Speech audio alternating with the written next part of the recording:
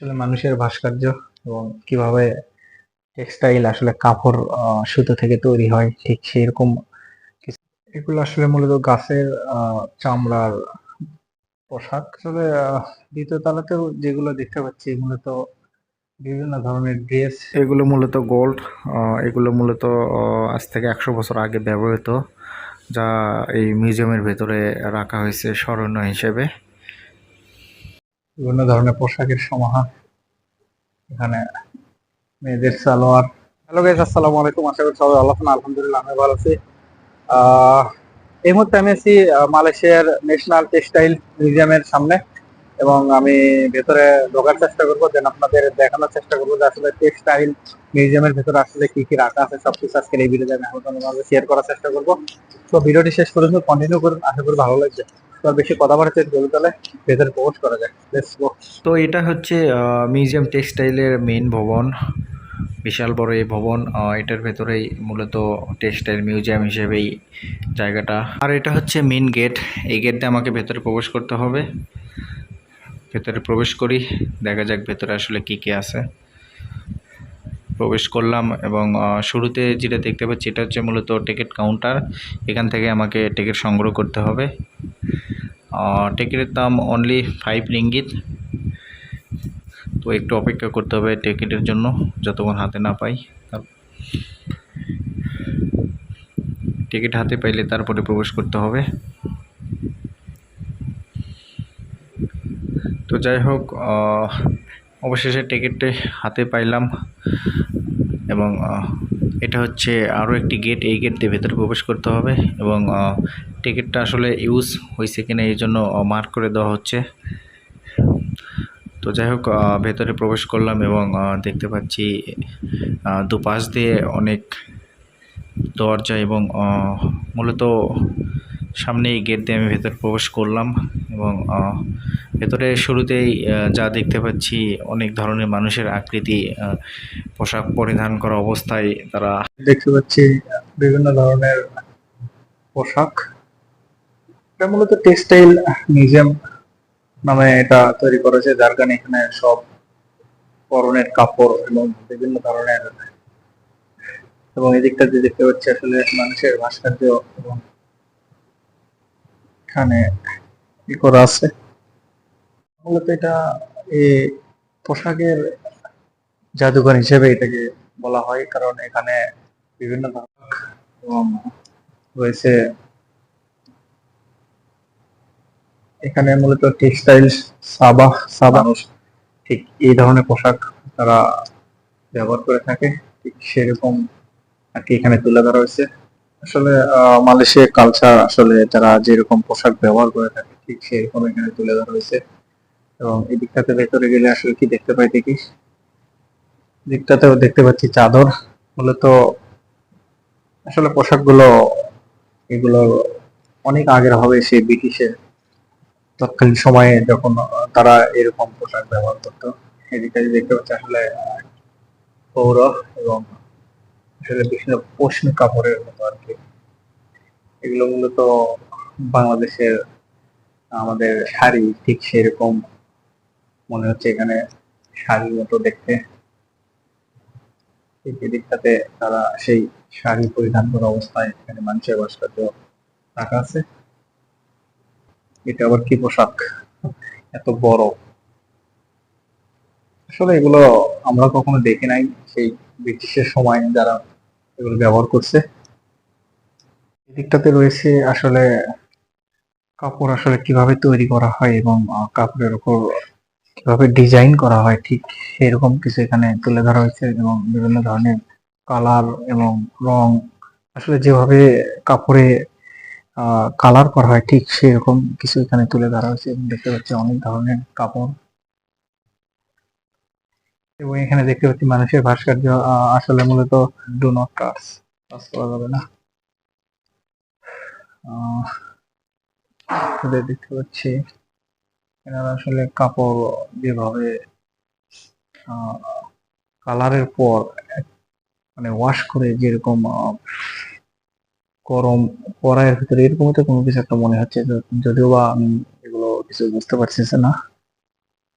এবং এখানে দেখতে পাচ্ছি যে আসলে কাপড় যেভাবে সুতো থেকে তৈরি করা হয় ঠিক সেরকম কিছু এখানে দেওয়া আছে।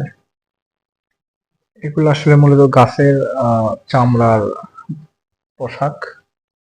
ঠিক এ পাশটাতে দেখতে পাচ্ছি এবং গাছের বড় বড় পাতা এবং ডাল এবং সেখানে যে গাছের চামড়ার পোশাক তৈরি করা হয়েছে এখানে। আসলে আসলে আমি কি বলবো এত বড় একটা টেক্সটাইল জাদুঘর যেটার ভেতরে আসলে কোনো মানুষ নাই, আমি একাই ঘুরে বেড়াচ্ছি যেটা মানে কোনো মানুষকে খুঁজে পাচ্ছি না, মানে হয়তোবা এইসব জায়গায় সবাই আসেও না, আমি ঢুকে গেছি আর কি করার। আপনাদের দেখায় আসলে দিকটাতে আসলে মূলত কাপড়ের উপর যেভাবে সুতো দিয়ে ডিজাইন করা হয় ঠিক সেরকম কিছু এখানে তুলে ধরা হয়েছে এবং পাশাপাশি এই দিকটাতে দেখতে পাচ্ছি আসলে গাছের পাতা থেকে হচ্ছে আসলে সুতার মতো এবং ঠিক এই পাশটাতে তো একই অবস্থা, সুতোতে যেভাবে কাপড়ের উপর অনেক ধরনের ডিজাইন ফুল আসলে মানুষের ভাস্কর্য এবং কিভাবে টেক্সটাইল আসলে কাপড় সুতো থেকে তৈরি হয় ঠিক সেরকম কিছু এখানে তুলে ধরা হয়েছে মানুষের ভাস্কর্য সহ এবং পাশাপাশি সেখানে সুতো এবং ঠিক এই পাশটাতেও একই অবস্থা, কাপড় যেভাবে তৈরি করা হয় একদম অবিকল, দেখতে মনে হচ্ছে মানুষের মতো।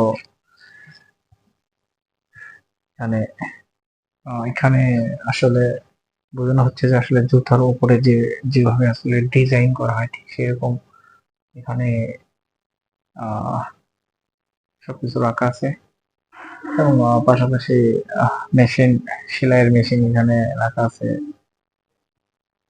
তো এই সিঁড়ি বেয়ে আমি দ্বিতীয় তলাতে যাব, দেন আপনাদের দেখাবো আসলে দ্বিতীয় তলাতে কি আছে।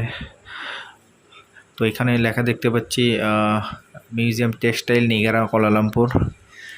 আসলে দ্বিতীয় তলাতেও যেগুলো দেখতে পাচ্ছি মূলত বিভিন্ন ধরনের ড্রেস এবং বিভিন্ন ধরনের পোশাকের সমাহার। এখানে মেয়েদের সালোয়ার এবং অনেক ধরনের পোশাকের সমাহার এবং এর ভিতরে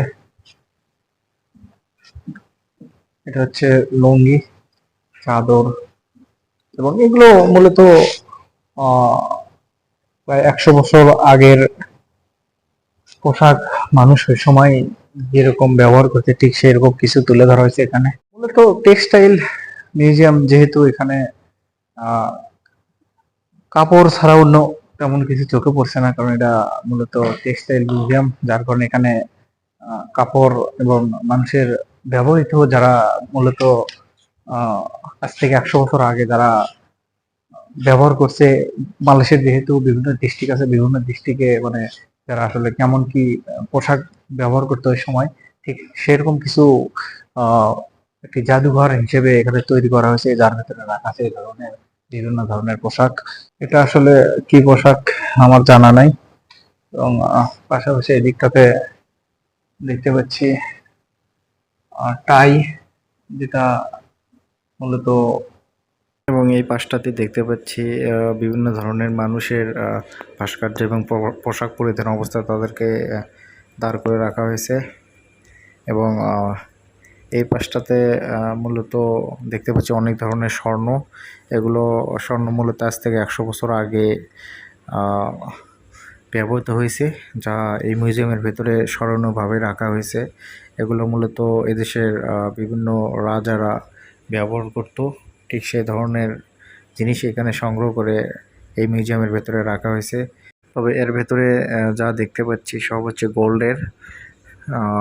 এটা মূলত টেক্সটাইল মিউজিয়াম এবং এগুলো আজ থেকে 100 বছর আগের পুরনো সামগ্রী। তৎকালীন সময়ে এদেশের রাজারা ব্যবহার করত, ঠিক সেগুলো এখানে সংগ্রহ করে এই মিউজিয়ামের ভেতরে রাখা হয়েছে, যা বর্তমানে এগুলো যুগের পর যুগ স্মরণীয় হয়ে থাকবে। তবে এই মিউজিয়ামের ভেতরে যতগুলো দেখতে পাচ্ছি সব অনেক পুরনো। তবে এই মিউজিয়ামের ভেতরে যা যা এমনও জিনিস চোখে পড়ে যা আমরা আগে কখনো দেখি নাই। আর এগুলো মূলত বেডস লাইট এবং মেয়েদের অনেক ধরনের ব্যবহৃত স্বর্ণ এখানে রাখা আছে। মিউজিয়াম মানে আসলে পুরনো কিছু স্মৃতি হিসেবে সাজিয়ে রাখাই। আর এই দিকটাতে রয়েছে মেয়েদের মাথায় ব্যবহৃত কিছু জিনিস এখানে স্মৃতি হিসেবেই রাখা হয়েছে, যা এখানে সাজিয়ে রাখা আছে অনেক সুন্দরভাবে। আমার কাছে খুবই ভালো লাগলো পুরো মিউজিয়ামটা অনেক সময় ধরে ঘুরে দেখ। গাইস, আমি সেই টেক্সটাইল মিউজিয়ামের ভেতর থেকে বেরোলাম। ছোট্ট একটি ভিডিও আপনাদের মাঝে শেয়ার করলাম। আশা করি ভালো লাগলে অবশ্যই লাইক শেয়ার কমেন্ট করবেন, এবং আমার চ্যানেলে নতুন হয়ে থাকলে অবশ্যই চ্যানেলটি সাবস্ক্রাইব করে দেবেন, এবং যারা ফেসবুক পেজ থেকে ভিডিওটি দেখছেন অবশ্যই এই পেজটিতে ফলো রাখবেন। তো সবাই ভালো থাকবেন, দেখা হবে নতুন কোনো ভিডিওতে ইনশাল্লাহ। আজকের মতো এখানে বিদায় নিচ্ছি, আল্লাহ হাফেজ।